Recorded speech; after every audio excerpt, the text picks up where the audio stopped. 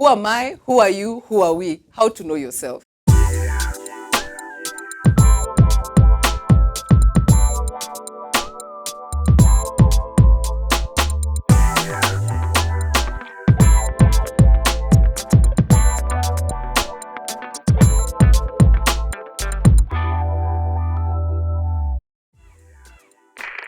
Imagine you've been told to introduce someone you admire, a celebrity, that person you look up to, that person you've been dying to meet your whole life. In fact, now that Obama was in town, imagine you've been told to introduce Obama. In Kasarani, that's you, you're Auma, you're that person. You have to come on stage and let everyone know who he is and give him that introduction of Nguvu. That really makes you guys see that you're the person who's supposed to do it. And for most of us, I can imagine the scenario, even when you're told to do it. Kwanza, it's research. You have to find out how much information can you get about him so that you give him the due props that he deserves, because now you're the person who has to introduce him. We'd research, we'd want to make sure it's the best. We'd even want to make sure guys actually can see that you're the one who deserves to do that introduction. There's no one else. Now imagine a second scenario. You're in front of your friends, or in a meeting at work, or in class, anywhere in front of a group of people. And then you stand up and you're told, now, tell everyone what a molecular decompressor is. I mean, I don't even know what a molecular decompressor is. I can just see you standing there thinking, wow. Why am I the one who's been chosen to look like an idiot who doesn't even know what I'm talking about? Why? Because you have no clue. You don't know what it is. You don't even know what you're going to tell people. I can see most of us will get nervous, probably start sweating. You're anxious. You don't know what you're supposed to say.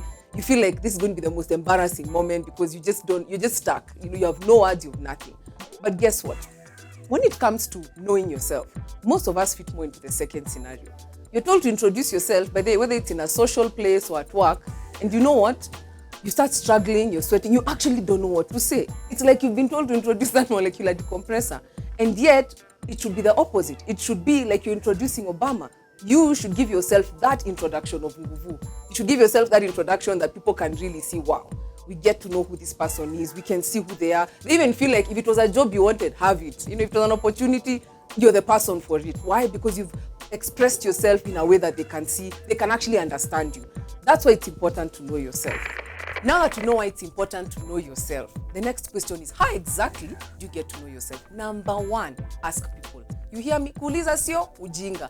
Ask people, ask your family, ask your friends. Don't be shy. Let them tell you what is it they see about you, that's your strength, something they like, something that you do really well, or what else do they see you struggling with. The best thing is to ask people. Why? Because sometimes people see you the way you can't see yourself. So they'll give you information. Let me tell you, the first time I asked people in a corporate environment, I asked my team to tell me what they see about me. Then the first thing everyone said is, I'm talkative. And you didn't know that's why I have a YouTube show, as you can see, because I'm talkative. I can be here talking to you non-stop. So I'm talkative, and most of them said it's a good thing that I'm outgoing and they like that and I'm able to engage people. So then I knew this is a strength. This is something that guys see about me, and I wasn't shy about it. Then in another setting, I asked my friends, what do you guys think about me? How do you see me? And imagine they said the same thing. They also said, you're talkative, you're always giving stories. But now the interesting thing is they also brought in another perspective.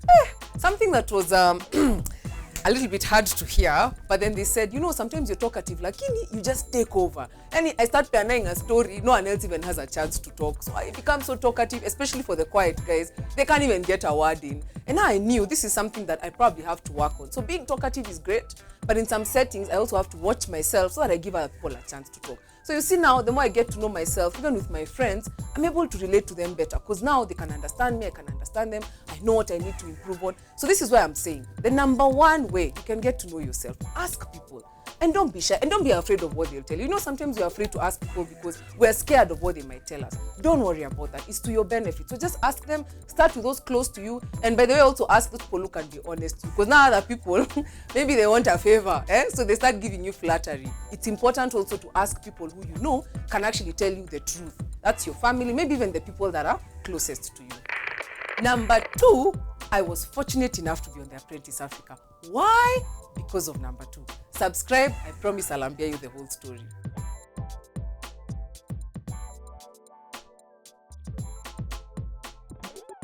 We're sorry, the number you have dialed is not in service at this time.